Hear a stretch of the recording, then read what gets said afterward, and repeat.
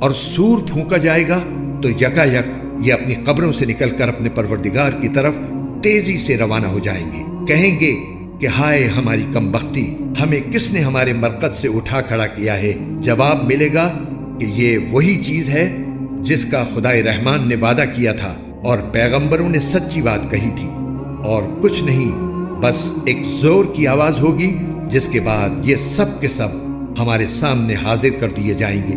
چنانچہ اس دن کسی شخص پر کوئی ظلم نہیں ہوگا اور تمہیں کسی اور چیز کا نہیں بلکہ انہی کاموں کا بدلہ ملے گا جو تم کیا کرتے تھے۔ جنت والے لوگ اس دن یقیناً اپنے مشغلے میں مگن ہوں گے۔ وہ اور ان کی بیویاں گھنے سایوں میں آرام دہ نشستوں پر ٹیک لگائے ہوئے ہوں گے۔ وہاں ان کے لیے میوے ہوں گے اور انہیں ہر وہ چیز ملے گی جو وہ منگوائیں گے۔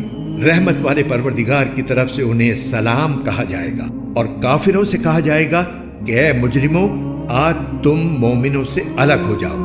اے آدم کے بیٹو، کیا میں نے تمہیں یہ تاکید نہیں کر دی تھی کہ تم شیطان کی عبادت نہ کرنا؟ وہ تمہارا کھلا دشمن ہے، اور یہ کہ تم میری عبادت کرنا یہی سیدھا راستہ ہے۔ اور حقیقت یہ ہے کہ شیطان نے تم میں سے ایک بڑی خلقت کو گمراہ کر ڈالا۔ تو کیا تم سمجھتے نہیں تھے؟ یہ ہے وہ جہنم جس سے تمہیں ڈرایا جاتا تھا۔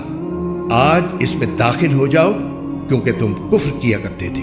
آج کے دن ہم ان کے منہ پر مہر لگا دیں گے اور ان کے ہاتھ ہم سے بات کریں گے اور ان کے پاؤں گواہی دیں گے کہ وہ کیا کمائی کیا کرتے تھے۔ اور اگر ہم چاہیں تو یہی دنیا میں ان کی آنکھیں ملیا میٹ کر دیں، پھر یہ راستے کی تلاش میں بھاگے پھریں، لیکن انہیں کہاں کچھ سجھائی دے گا۔ اور اگر ہم چاہیں تو ان کی اپنی جگہ پر بیٹھے بیٹھے ان کی صورتیں اس طرح مسخ کر دیں کہ یہ نہ آگے بڑھ سکیں اور نہ پیچھے لوٹ سکیں۔